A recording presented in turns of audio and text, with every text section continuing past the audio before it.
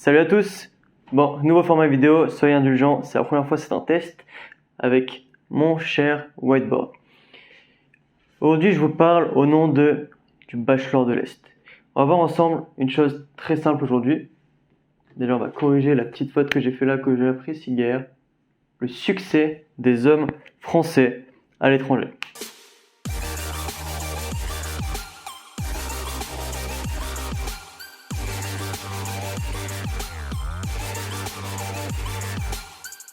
Dans un premier temps, c'est simple, on va voir si c'est un mythe ou une réalité. Dans un second temps, je vais vous dire où est-ce que les Français ont le plus de succès sur la planète. Dans un troisième temps, qu'est-ce qui fait tant rêver chez les Français? Pourquoi est-ce qu'on vous aime tant? Pourquoi est-ce qu'on nous aime tant? Et enfin, le plus important, comment user du français à votre avantage. Donc, notamment la langue française.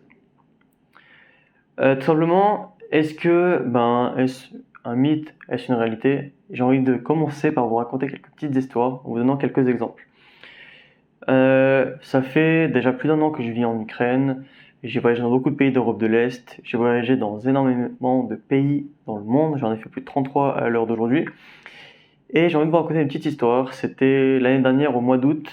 J'étais dans un festival de danse en Ukraine. On dansait la kizomba, pour ceux qui connaissent. C'est une petite danse africaine. On est vraiment collé serré avec nos compagnes. Donc c'est vraiment très très fort, très puissant comme danse. Donc j'étais à Odessa, c'est la station balnéaire d'Ukraine la plus famous, c'est un peu le Saint-Tropez ukrainien. Et ma prof tout simplement, ma prof de kizomba, on a commencé à tisser un petit peu des liens. Et de temps en temps, elle venait vers moi quand je parlais avec d'autres francophones qui étaient là présents au festival. Elle venait vers moi, comme ça, elle s'approchait de moi et me disait I don't understand anything of what you say, but I like to hear you speaking French. En gros, je comprends rien à ce que tu me racontes, mec, mais j'adore t'écouter parce que tu parles français. J'adore la langue française. Et ça m'est arrivé dans plein de pays dans le monde, ça m'est arrivé à plein d'endroits. Quand j'ai voyagé en Écosse notamment, j'étais dans une auberge de jeunesse avec plein de gens qui venaient du monde entier, des Australiens, des Américains, des Anglais, des Allemands, même des gens d'Amérique du Sud. Il y a beaucoup de gens d'Amérique du Sud à Édimbourg. Et en fait, quand on se présente, quand on fait la présentation, tout le monde dit Hey, it's Max from Dublin. Hey, it's Nicolas from Germany, blablabla, tout ce que vous voulez. Et quand tu arrives, tu dis salut, c'est Jérémy, je viens de France. Et ils disent wow, France, French guy, wow, amazing. Et je me rappelle que pendant toute la semaine où j'étais là-bas, pas à ce festival, dans cette auberge en Écosse, toute la semaine, toutes les meufs m'appelaient The French guy. Tout le monde était appelé par son prénom, moi j'étais le French guy. Et des histoires comme ça, j'en ai à l'appel, où lorsque je voyage, toujours on me met sur un piédestal parce que je suis français. On m'accueille à bras ouverts, on m'aime plus qu'on aime les autres, tout ça parce que je suis français. Ça m'est arrivé en Afrique, au Togo, en Égypte, ça m'est arrivé aux États-Unis, ça m'est arrivé en Bulgarie, ça m'est arrivé en Géorgie, beaucoup en Géorgie, énormément en Ukraine, et le plus où ça m'est arrivé, c'est en Europe de l'Est. J'avais noté une autre petite histoire. J'ai eu beaucoup d'aventures en Europe de l'Est avec tout simplement des femmes d'Europe de l'Est, en Bulgarie, en Lettonie aussi notamment. Et en fait, il y a beaucoup de femmes d'Europe de l'Est qui s'entraînent à apprendre le français. Les femmes d'Europe de l'Est ont vraiment une passion pour le français. Elles apprennent beaucoup le français. Et du coup, quand tu arrives à Kiev, quand tu arrives à Riga, quand tu arrives à Tallinn ou à Sofia en Bulgarie et que tu parles français, tu marques direct des points. Parce que soit les meufs, elles ont commencé à apprendre le français, du coup elles ont envie de placer quelques mots, elles ont envie que tu leur parles français. Soit parce que les meufs, elles sont fans du français, elles l'ont pas appris, mais elles savent dans leur tête, French is so sexy, c'est la langue la plus sexy du monde, soi-disant d'après des classements. Et du coup, tu marques d'emblée des points. Donc j'ai eu le bonheur d'avoir des copines en Estonie, le bonheur d'avoir des copines en Bulgarie. J'ai une belle petite copine en Bulgarie qui s'occupait bien de moi, j'ai vraiment adoré cette expérience.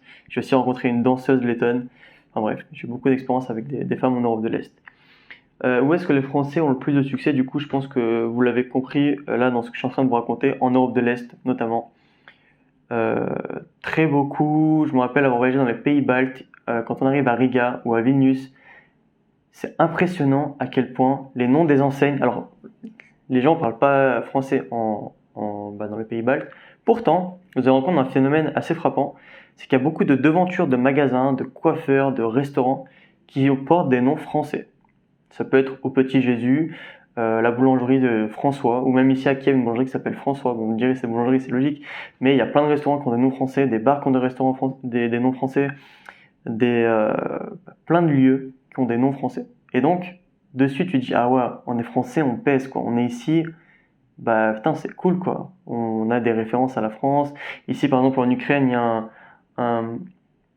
un dessert qui s'appelle le Napoléon. Il y a une salade qui s'appelle salade Olivier.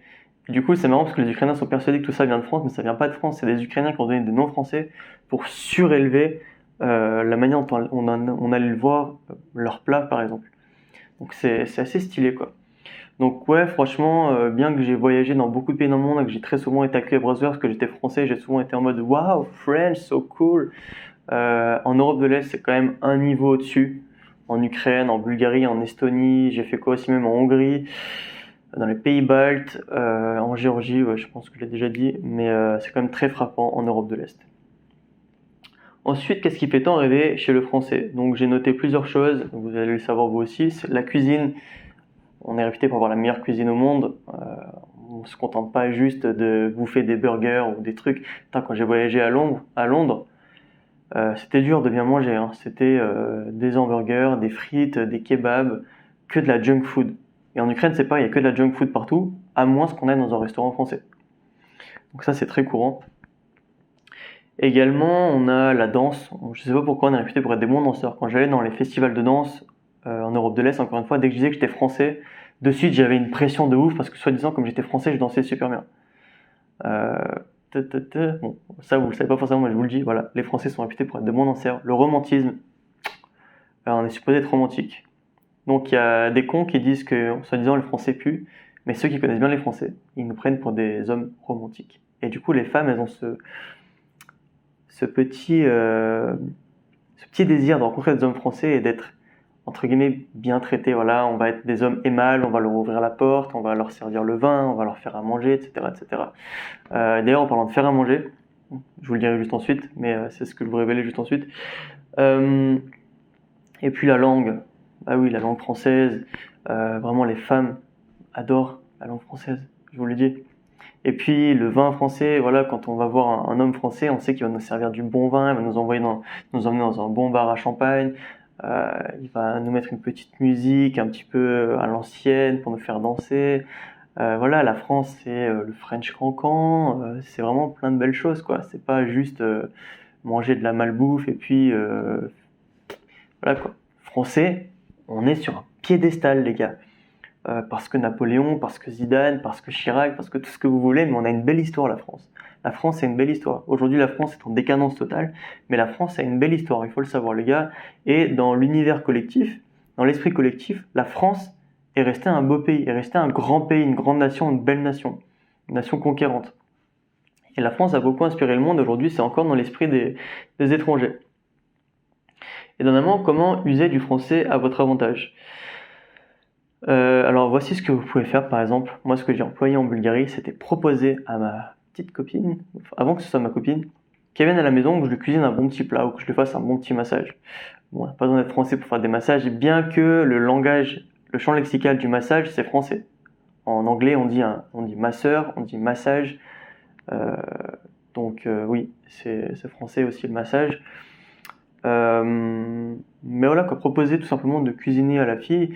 Moi, je me souviens, à Sofia, la meuf, je lui avais cuisiné des aubergines. Elle connaissait pas les aubergines. Et d'ailleurs, pour la petite anecdote, en anglais, on peut aussi employer le mot aubergine. Donc, la meuf ne connaissait pas les aubergines. Je lui proposais de cuisiner des aubergines.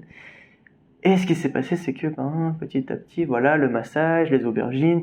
Viens à la maison, je vais te donner des petits cours de français. On va boire un petit verre de vin. On fait du français russe. Je t'apprends le français, tu m'apprends le russe. Tati tata. Petit à petit, on gravit les échelons et qu'est-ce qui se passe, c'est que on commence à tisser des liens avec la fille. Donc voilà, je vous invite vraiment à profiter du fait d'être français, profiter du fait d'avoir la langue la plus sexy du monde, profiter du fait d'avoir la restauration, la nourriture la plus réputée dans le monde entier, bien au-delà des tacos mexicains, bien au-delà des pizzas françaises, bien au-delà de tout ce que on peut connaître ici et là. dans le domaine culinaire, quoi, tout simplement. Écoutez les amis, je vous invite à me soutenir gentiment, à mettre un petit commentaire, un petit like, un petit truc cool qui va faire que cette chaîne va gentiment monter.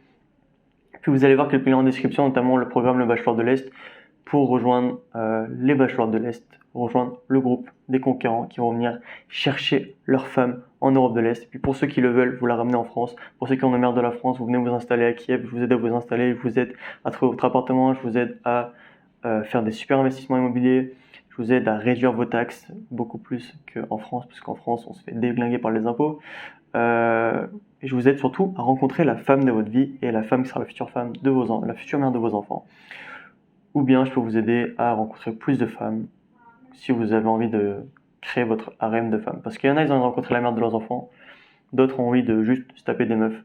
Et vous avez envie de vous taper des jolies meufs. Parce qu'ici en Ukraine, elles sont vraiment... Je vous montrerai bientôt, vous allez kiffer.